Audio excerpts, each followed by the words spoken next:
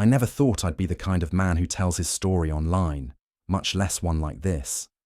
But sometimes, the pain grows too large to keep hidden, and the silence becomes heavier than words ever could. My name is Ryan. I'm 34. I work in IT. Nothing glamorous, nothing flashy. Just a guy who liked quiet nights, predictable routines, and a woman I thought I'd grow old with. Her name was Emma. We met at university. She studied architecture. I was the nerdy tech kid in the library. She had this spark, artistic, free-spirited, beautiful in a way that felt unreachable. So imagine my surprise when one day she sat next to me and asked if I could help her fix her laptop. I was nervous. She laughed at how I fumbled with my words, and from there, something clicked. That was 12 years ago. I still remember the day I proposed. We were on the coast, a storm approaching behind us, the wind in her hair. She said yes before I even finished asking. I thought we were building something real. I believed in it. In her. In us. And for a while, everything felt perfect. At least, from where I stood. We bought a small house in the suburbs. She got a job at a firm downtown. I built my career from the ground up. It wasn't flashy money, but I was stable, steady. I did the laundry. I cooked when she worked late. I never forgot an anniversary. I was the man I thought she wanted. Maybe that was my first mistake. Because slowly, almost invisibly, things changed. She became distant. It started with little things. She stopped texting me during lunch. She'd come home late, smelling like perfume I didn't recognize. When I'd ask how her day was, her answers became shorter, vaguer. She began traveling for projects more often. At first, I believed her. Because when you love someone, you trust them, right? I didn't want to seem insecure. That's what we're taught, isn't it? Be confident. Don't be needy. So I stayed quiet. I told myself not to read too much into it. I thought maybe I was overthinking. Maybe it was just a phase. But then came the night that cracked everything open. It was a Thursday. Rain was tapping against the windows, soft and rhythmic. She'd been gone for 2 days on a site visit out of town. I was doing laundry, folding her clothes, when I found a receipt tucked inside one of her coat pockets. A fancy restaurant, one we'd never been to together. 2 entrees, champagne, dessert. The date matched the night she said she had food, poisoning, and stayed in her hotel room. I remember just standing there, holding that receipt. My heart didn't race. I didn't scream. I just went quiet. Inside me, something shifted. Like a stone dropped into a still lake. And everything rippled out from it, but I didn't confront her, not then. Something in me needed more. Proof. Or maybe closure. I started paying attention. I noted every trip, every phone call she took in the other room. I noticed how she flinched when I asked to see her phone, how she changed passwords she used to freely share, how she smiled more often at her screen than at me. Still, I didn't say a word. Until one evening, over dinner, completely unprompted, she looked me dead in the eyes and said, "Ryan, you're just not enough of a man anymore."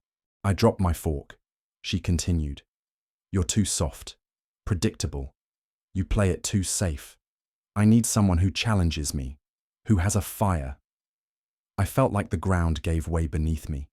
That night, I didn't sleep. Not because of her words, but because I knew they weren't the worst part. Somewhere deep down, I sensed what she wasn't saying. There was someone else. And yet, the next morning, I made her coffee like I always did, kissed her on the cheek as she left. I even smiled. Not because I forgave her, but because something had awakened in me. A quiet resolve. I wasn't going to scream. I wasn't going to cry. I was going to wait. A few days later, I did something I never thought I'd do. I followed her. She said she was meeting a client for lunch, so I took a late morning off work and waited across the street from the cafe. She wasn't alone. He was tall, dressed too well for a regular lunch. Their hands touched briefly across the table. She leaned in, laughing, playing with her hair. I watched her become someone I no longer recognized, and still, I didn't confront her, because the more I watched, the more I realized this wasn't just about betrayal. This was about something deeper. She didn't just cheat on me. She diminished me, made me question my worth. And somehow, I wanted her to feel that. Not through shouting, not through threats, through truth, cold, undeniable truth. And I knew, exactly when I'd tell it, her parents' anniversary was coming up. A big event. Family, friends, even colleagues. Emma adored her father, worshipped his approval. She once told me, if my dad ever knew I cheated, he'd never look at me the same. I held on to that. I wasn't going to ruin her. I just wanted her to see the man she dismissed, to realize that the one she thought wasn't enough was more than she ever deserved. So I made a plan. And I waited. The days leading up to the anniversary party felt surreal, like I was watching someone else's life from the outside. She'd come home late, again. Her phone kept lighting up during dinner. She never flinched when I looked her way. It was like she had already decided I no longer mattered, and I, in return, had stopped trying to matter in her world. I still remember the way she tossed her bag onto the couch one evening, sighing like the weight of the world was on her shoulders. Long day? I asked gently. She didn't look up. You wouldn't understand. There it was again, that quiet cruelty. Subtle enough to brush off, sharp enough to leave a mark, like 1,000 paper cuts over time. I nodded and returned to the kitchen, made her tea, just like always. It's strange how routine can become both comfort and cage. I knew I could have walked away. I could have confronted her, screamed, demanded answers. But something about her arrogance, her indifference, it lit something in me I hadn't felt in years. I didn't want revenge. I wanted understanding. I wanted her to realize what she'd thrown away. One night, as we lay side by side in bed, a chasm of silence between us, she whispered, "Do you ever feel like we're just existing?" I turned my head slowly. "What do you mean?" She stared at the ceiling. "We're not us anymore. You've changed. You don't challenge me. You don't push back. It's like you've faded." I didn't reply, because what could I say to someone who believed love had to be a battle? That kindness meant weakness, and yet, hearing her say it out loud felt like the final nail in something I wasn't ready to bury. I started sleeping in the guest room. She didn't protest. A few days later, she made me breakfast. A peace offering, perhaps, or guilt, or just performance. I accepted it with a smile. She tried to start small talk.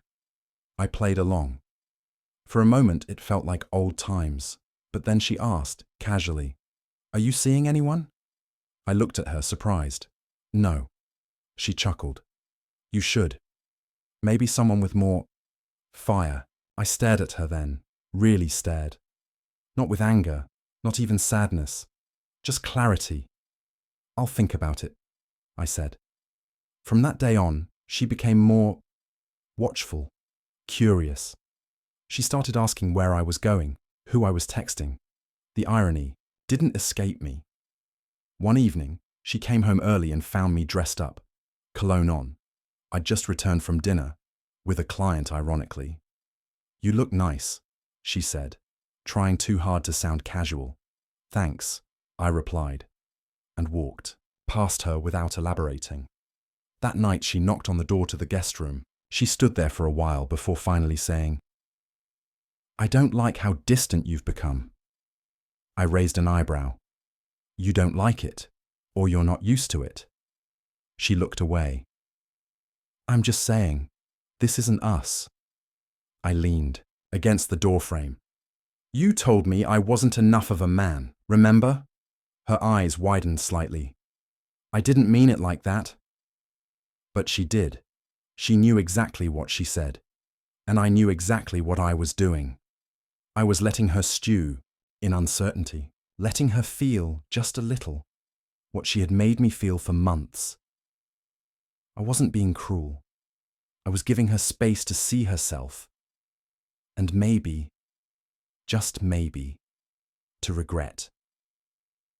The night before her parents' anniversary, she came into the kitchen as I was pouring a glass of wine. You're still coming tomorrow, right? I sipped slowly. Of course, she hesitated. They'll be happy to see you, I'm sure. Then she stepped closer. Her hand grazed mine. Ryan, have you ever thought about us? Fixing things? I looked at her hand. Soft, familiar, foreign. Do you want to fix things, Emma? I asked, my voice steady. She bit her lip. I don't know. Maybe. I nodded. That's honest. There was a long pause. She looked like she was searching my face for something. I gave her nothing. Is there someone else? She asked. That made me chuckle. Would it matter if there was? She blinked. I don't know. And with that, she left the room. I sat there, the wine untouched, heart surprisingly calm, not because I was over it, but because I finally understood something. She didn't cheat because I was weak. She cheated because she mistook gentleness for lack, because somewhere along the way, she believed she deserved more. And soon, she would learn what more really looked like. Tomorrow, in front of her family, the same people she wanted to impress, I was going to show her, not to humiliate her, just to remind her who I really was. The morning of the anniversary party arrived with a strange kind of quiet. I watched the light spill across the bedroom floor, casting long shadows over the hardwood. Emma had already left to help her mother set up at the venue. I took my time, getting ready. Pressed shirt, polished shoes, everything crisp. This time, I wasn't dressing to impress her. I was dressing for myself. For too long, I had let her define my worth. Let her rewrite the narrative in which I was the boring one, the predictable one, the one who simply wasn't enough, but I wasn't going to play that role anymore. Not today. Before leaving the house, I checked my pocket one last time. The folded paper was still there, clean, sharp, and painfully simple. A printed email, one I'd received 2 nights earlier, from a friend of mine who worked in the same architecture firm as Emma. He wasn't looking to betray her, but when I asked him a quiet, direct question, he couldn't lie to me. The email detailed a string of messages between Emma and someone, named D, dinners, hotel bookings, attachments. One line in particular burned itself into my memory. He doesn't suspect a thing. Poor guy still makes me breakfast every morning. I didn't cry when I read it. I didn't even shake. I just stared at it, at the raw proof of how deep her disrespect ran. It wasn't just betrayal. It was mockery, contempt even. And that's when my plan solidified. Not rage, not revenge, just truth. I arrived at the venue around 5 p.m., dressed sharp, calm, collected. Emma's father greeted me with a warm smile and pulled me in for a hug. He was a good man, always had been kind to me, almost like the father I never really had growing up. Glad you made it, Ryan, he said, clapping my shoulder. Emma said you've been busy lately. I smiled. That's true. A lot going on these days. He nodded approvingly. It's good to see you both working through things. You're a good man. I looked him in the eye. Thank you. That means more than you know. The room was full of flowers, music, laughter, old family friends, a few co-workers, and relatives I barely remembered. Emma floated through the crowd, like she belonged to another world, confident, polished, elegant in her red dress. She saw me across the room, and for a second, just a flicker, her face changed. Something like hesitation, or maybe guilt. She came over, her heels clicking, softly on the marble floor. You look nice, she said. So do you. There was a pause. I'm glad you're here, she added. Wouldn't miss it. She didn't ask about the folded paper in my pocket. Dinner was served shortly after, and we were all seated around a long rectangular table, white linens and flickering candles making everything look a little more delicate than it actually was. I sat between Emma and her father. She kept glancing at me from the corner of her eye, and I could feel the tension in her shoulders. Halfway through dessert, her father raised a toast. He spoke of love, loyalty, the importance of weathering storms together. Emma smiled, laughed at his jokes, held his hand as he spoke, and that's when I felt the irony tighten around my chest like a rope. She was playing the perfect daughter, the perfect wife, and no one at that table, not even her mother, had a clue. Until now. As the glasses clinked and the room settled into soft chatter, I leaned in slightly toward her father. There's something I'd like to say, I told him gently. He smiled. Oh, of course, son. Go ahead. I stood, raising my glass slightly. Everyone turned to look at me. And Emma. She froze. There it was, that flicker again. She knew, maybe not exactly what I was about to do, but she knew enough to be afraid. I just want to say how much I've always admired this family, I began, my voice steady. You welcomed me like a son, treated me with warmth and respect, even when I didn't always feel like I deserved it. For that, I'll always be grateful. Polite nods. Smiles.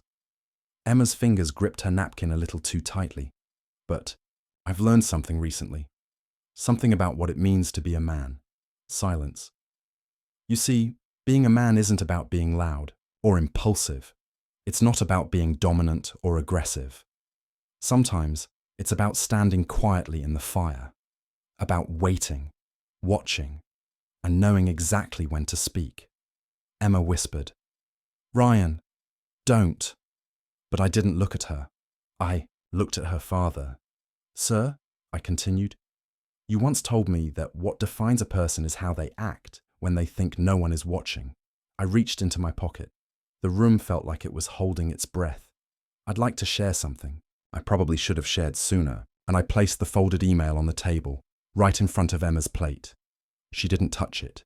She just stared at it, then at me, her face drained of colour. Her mother asked, Emma, what's that? Emma tried to speak, but the words didn't come. Her hands trembled slightly, and I said nothing more. I sat back down, and I waited. The silence after I sat down was louder than any accusation I could have made. Emma's mother stared at the folded paper, confusion knitting her brows. Her father looked between us, his smile faltering. Emma didn't move. Her hands rested in her lap, fingers clenched so tightly I thought her knuckles might split open. For a moment, I almost pitied her. Almost. Emma, her father asked gently, is there something you want to tell us? She blinked. Once. Then again. Her mouth opened, slightly, but no words came. Instead, she reached for her glass of wine and took a long sip, as if she could drink the moment away. I didn't push her. That wasn't the point. The truth was sitting there in black and white. Whether she admitted it now or later didn't matter. The weight of it was already reshaping the room. She finally spoke, her voice barely above a whisper. This is a private matter. Can we not do this here? Her father looked at me, then back at her. Is it true? Emma stared down at the table. It's complicated. That word, complicated, ripped through me, as if cheating had nuance, as if betrayal came with footnotes. I didn't respond. I didn't need to. Her father's face fell. The disappointment in his eyes said everything. It wasn't anger. It was heartbreak. And for Emma, that hurt more. I trusted you, he said, softly. I trusted your marriage. Emma turned to me, her voice low but sharp. Why would you do this now? I met her gaze, calm, steady. You told me I wasn't enough of a man, I replied. This is me proving you wrong. She blinked rapidly, trying to hold back whatever emotion threatened to rise. Anger, embarrassment, shame. I couldn't tell. Probably all three, and still, I didn't yell. I didn't gloat. I let her sit in it. After dinner, the room slowly returned to conversation, though the energy had shifted. People murmured. A few stole glances our way. Emma excused herself, claiming she needed air. Her mother followed, but her father stayed. He looked at me across the emptying table. "You knew for a while?" he asked. I nodded. He sighed deeply, as if the weight of his daughter's choices were suddenly on his shoulders. "And you waited." "I didn't want to destroy her," I said. "I just wanted her to understand." He nodded slowly. "You've got more strength than most would." That meant something. Not in a vindictive way, but in a way that reaffirmed the version of myself I'd almost lost. Later that night, Emma returned, her eyes slightly red. Makeup touched up, but still uneven. She walked up to me as I stood near, the front doors, ready to leave. "We need to talk," she said quietly. I followed her to the parking lot. She turned on me the moment we were alone. "What the hell was that, Ryan? In front of my parents? In front of everyone?" I didn't flinch. It wasn't about humiliation. It was about truth. "You embarrassed me." "No," I said. "You did that all on your own. I just stopped protecting your secrets." She paced, hands in her hair. "You could have just talked to me. We could have worked it out." I raised an eyebrow. "Like when you lied about business trips, or when you called me a weak man to my face." She opened her mouth to speak, then stopped. There it was again, that flicker of shame. "Why didn't you just leave me, Ryan?" Because I wanted to believe that somewhere beneath all of this, the woman I married still existed. And now? I looked at her for a long moment. Now I know better. She exhaled shakily, like she'd been holding her breath for years and didn't realize it. "I didn't mean to hurt you," she said. "It sounded rehearsed, hollow." "Yes, you did. You just didn't expect consequences." She looked up at me, eyes searching. "What happens now?" I didn't answer her right away. I let the silence speak for itself, because in that moment, she knew. The power she thought she held over me, through her charm, her games, her calculated coldness, was gone. I'd taken it back, and I didn't need to scream or slam doors to do it. I just had to stop loving her louder than she respected me. And maybe that was the cruelest part of all, for her, that I could walk away so quietly. We stood in the parking lot under flickering lights, the night air thick with words left unsaid. Emma had gone silent, her eyes darting between my face and the ground, like she was trying to find something. An opening, an excuse, a way to regain the control she was so used to holding. But that grip was slipping, and she felt it. "I didn't think it would go this far," she whispered. I stayed quiet. The wind moved between us like a third person, cool, indifferent. "I thought you'd yell, or throw things. I thought you'd lose it," she continued, almost disappointed. I gave a small, tired laugh. "That's what you counted on, isn't it? That I'd react like a child so you could play the victim." Her face changed. There was no hiding the way her expression twisted. Confusion, anger, panic, all blooming in a blink. "But I didn't," I said. "Because I'm not the man you told yourself I was." She took a step forward.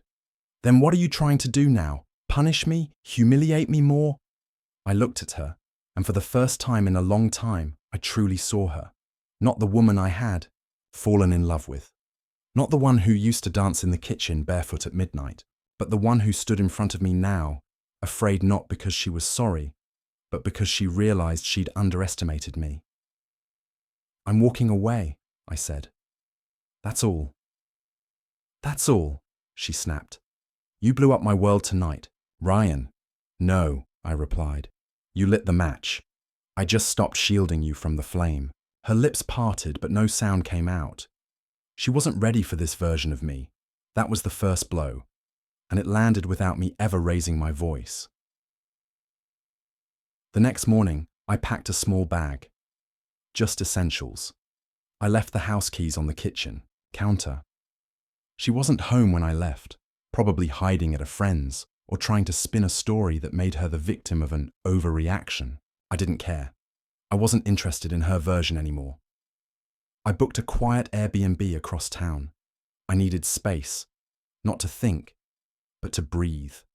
To be in a room where the walls didn't echo her absence or her lies. A place where I could remember who I was before I started measuring my worth through her eyes.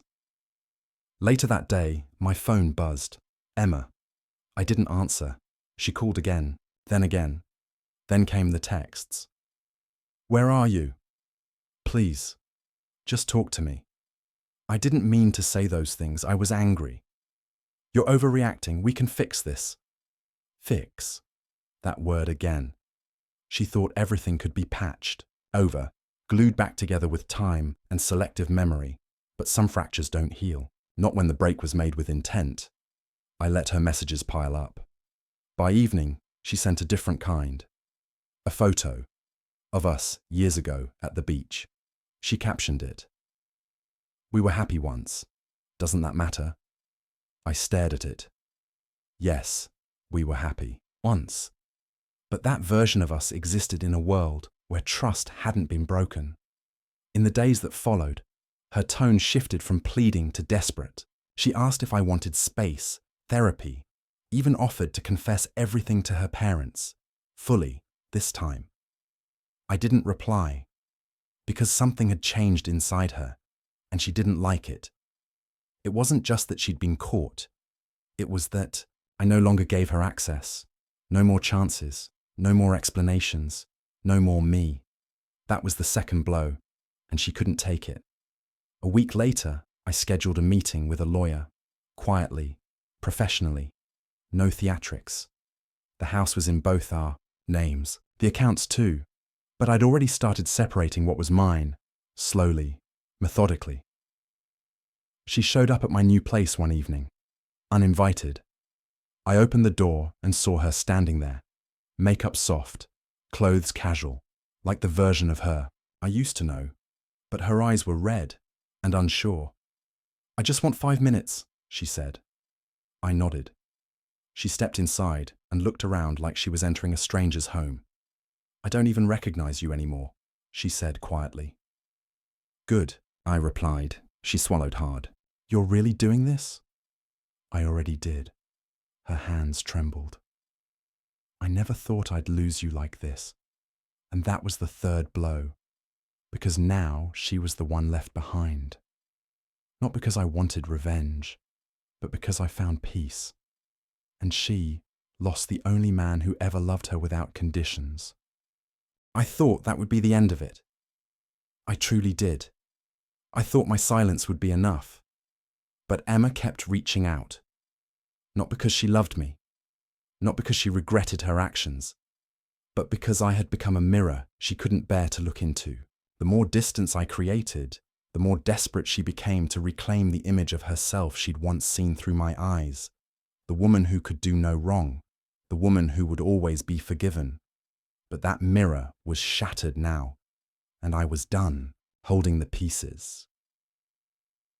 What she didn't know, what I had carefully kept to myself, was that I had already spoken to her firm's partners. Not out of spite, but because I was protecting something she'd underestimated.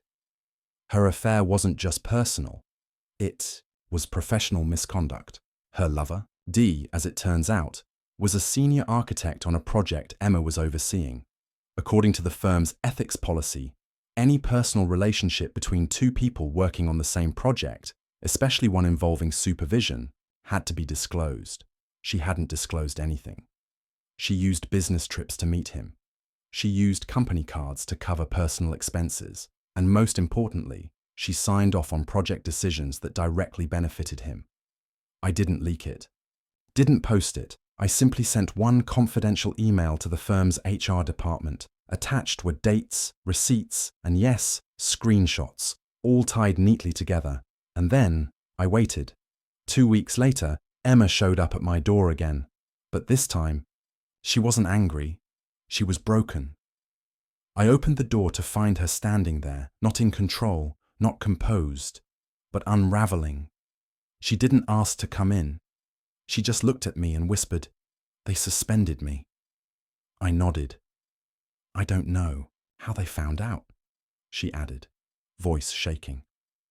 "They said there's an investigation, possible termination." Still, I said nothing. "Was it you?" she asked, almost begging for a lie. "Please tell me it wasn't you." I met her eyes, calm, clear. It was me. Her knees nearly buckled, and she leaned against the railing. "You said you didn't want to destroy me." "I didn't," I replied. "And I still don't." "Then why?" "Because actions have consequences, Emma. You didn't just betray a marriage. You compromised your career. You dragged your personal chaos into your work." Tears slipped down her cheeks, but she didn't wipe them. For once, she didn't try to hide. I continued, voice steady. "This isn't revenge. It's accountability. Something you've never had to face until now." She sobbed once, quietly, like someone who hadn't cried in years and didn't know how anymore. Then she said something that made my chest ache in the most unexpected way. "I don't even know who I am without you." And that was the truth.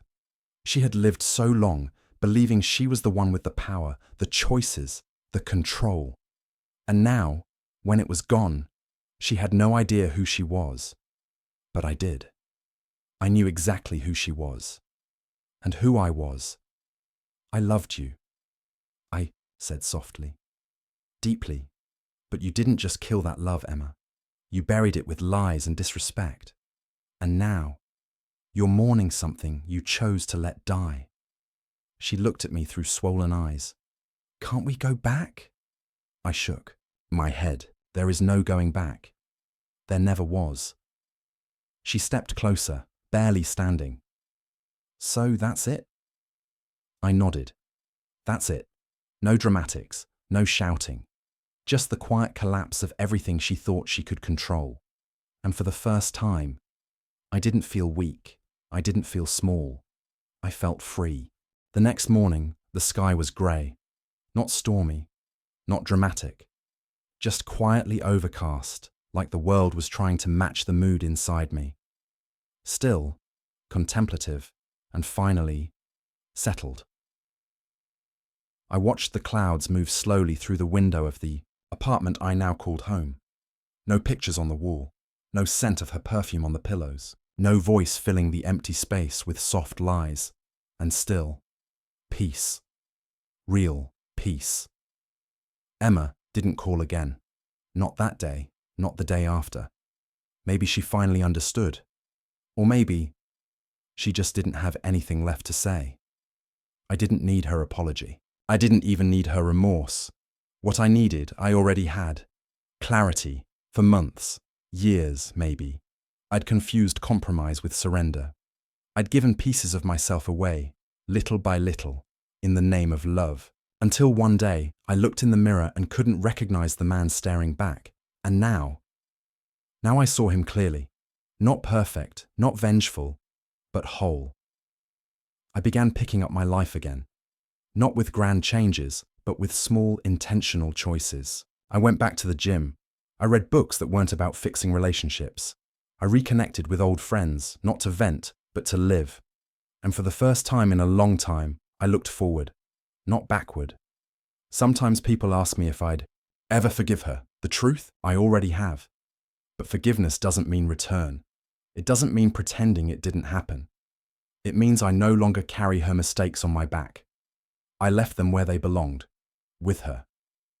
I heard through a mutual acquaintance that Emma eventually left the firm. Quietly. No big scene, just faded out of that life like smoke from a fire long extinguished. I don't know what she's doing now. And I don't need to know, because this story was never really about her. It was about me. About remembering who I was before someone told me I wasn't man enough. About realizing that being a man doesn't mean being cold or cruel or loud. It means standing back up.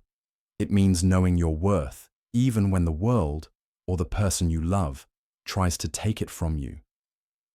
So, too, the man watching this right now, sitting in silence like I once did, doubting your value because of someone else's choices. Let me say this clearly. You are enough. You were always enough. And anyone who made you feel otherwise was never your mirror to begin with. Let them go. Stand tall and walk away with your peace intact. Because sometimes the most powerful thing a man can do is not to fight, but to walk away without burning the bridge and still never look back.